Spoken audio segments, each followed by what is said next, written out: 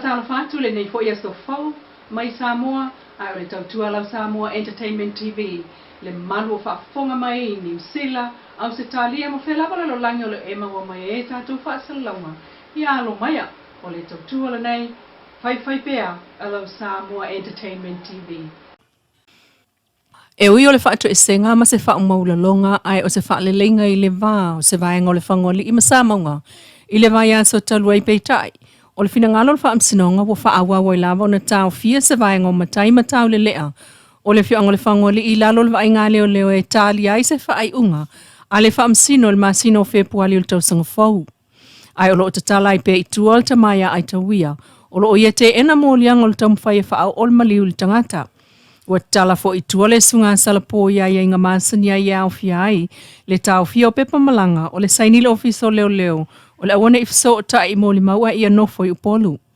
O le isi to se fulu wa toe fo i atu i tānu malala i tali ai le taimi e lau wai le lato whaasalanga, ina ua lato i o e ina moli ang o le ave wha malosi o le tangata. O le masino se te malu olu a tolu na moli mawina ai le ave wha malosi, o le tofa so halo asiata ala imanu o malo lepa vita le tuu i lumo le nuu. Na o atu leo leo mfa afile mul fa slanga fa leanga nuu. Na alo iai le fio angol fango li e peo na moli mawina. Ma fa iai ala tau moli anga wafu ai leo o ane o lem ta upul fa amsinonga. Peita isa tau mawhai lava le lo ia le nuu le fio ngā sua Alex sua. E talo sanga ina le fa amsino e tatala i la tau itua. E tali ai le asola na fa ai unga. Ua whamawina fo e le whamsinonga e ese awala na whaatino ai le so tangau i lato o molia i le soli tu la fono. Maafu ai o na tatala i tua salapo e te wini fua i lona sao i le soli tu la fono. Ua talai i tua salapo ia ia inga o le nofo lea i vaimoso. Tau fia o na pepa malanga, saini le ofisa o leo leo ia pia mauane i alu i le whangoa li. O i lato o lo tau fia pea o le sungava ele i oasa i Bramo fitu lima tausanga. Tau tiaka e ono walu le mana whale upolu pene 5 fitu, le mana no wata e 5 a mingalanga ayatol sfulu, ofisa Stefano o waa alai, ma whaavela lale ta ilua fitu tausanga to masi Samuelu lusofa, ma toe mangala salo. O lo tali ai nei le tali mai al whamsinonga i le talo sanga al matai o le fionga waito o muli palauli, le tofa autanga vaya upa autanga vaya. Talue manatu o tanga vaia le osa o loto la nofo i lona nuu. E ui wa avatu le whaai ungal wha amsinonga i toe fo iai i vaito o muli. Peitai, e le o mawhaio no whealua i le nuu.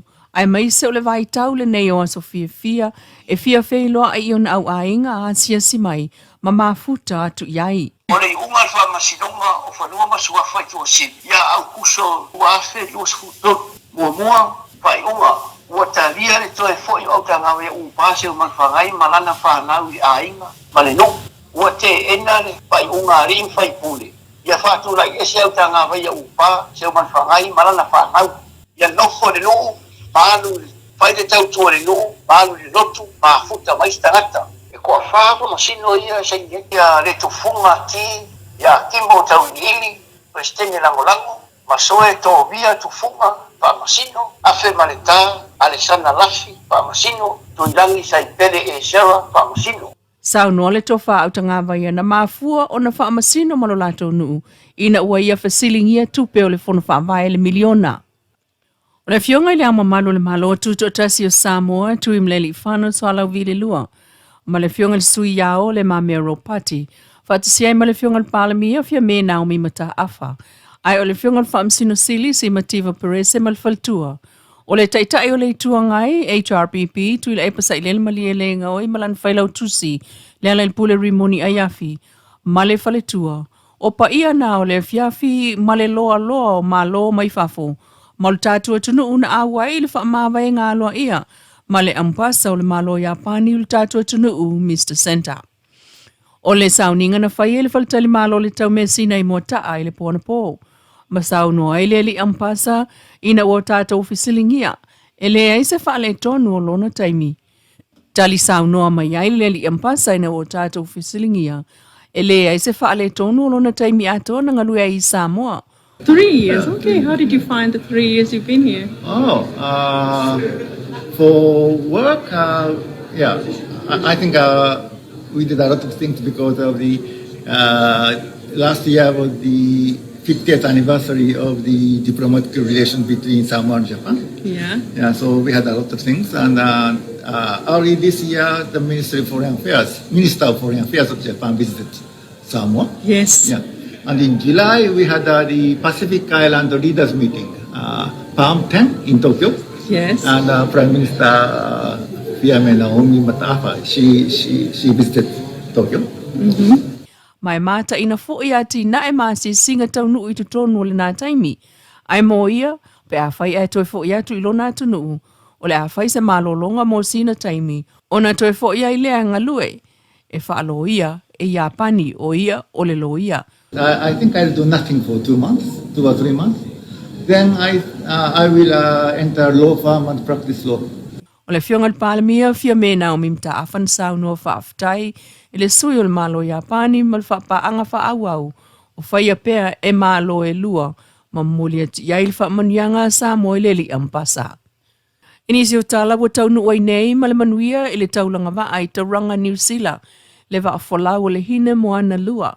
O tusa o le valu aso o whola watu le waa whaila lea maitonga. Malona au waa o tamai tai uma.